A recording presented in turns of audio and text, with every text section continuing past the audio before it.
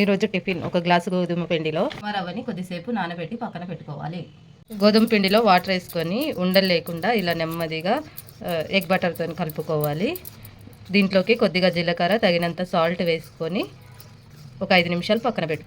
నానబెట్టుకున్న గోధుమ పిండిలోకి రవ్వ మిశ్రమాన్ని కలిపి ఒక 10 నిమిషాలు పక్కన పెట్టు.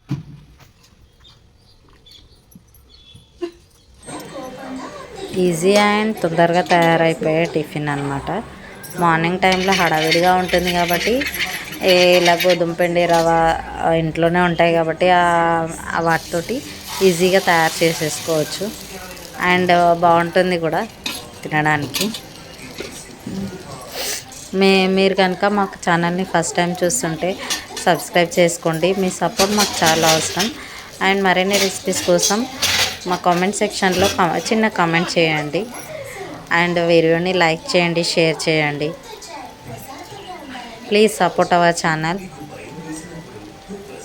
మేము కొత్తగా ఛానల్ స్టార్ట్ చేసామన్నమాట.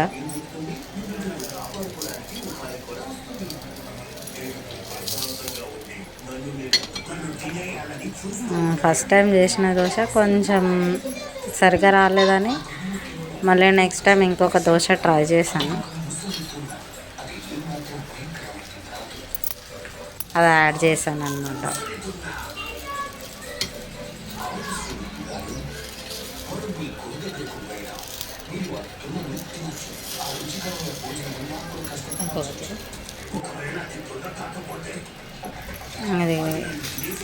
ఇది నెక్స్ట్ దోశ అనమాట. ఫస్ట్ చేసింది కొంచెం ప్రాపర్గా రాలేదని నెక్స్ట్ దోశ వేసి మళ్ళీ తీసాను.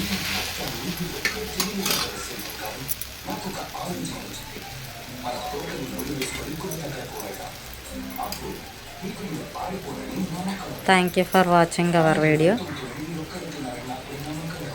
మన గోధుమ పిండి రవ్వ దోశ రెడీ అయిపోయింది. సర్వ్ చేసుకొని ప్లేట్లో వేసుకొని ఇంకా తినడమే ఆలస్యం ఇంకా.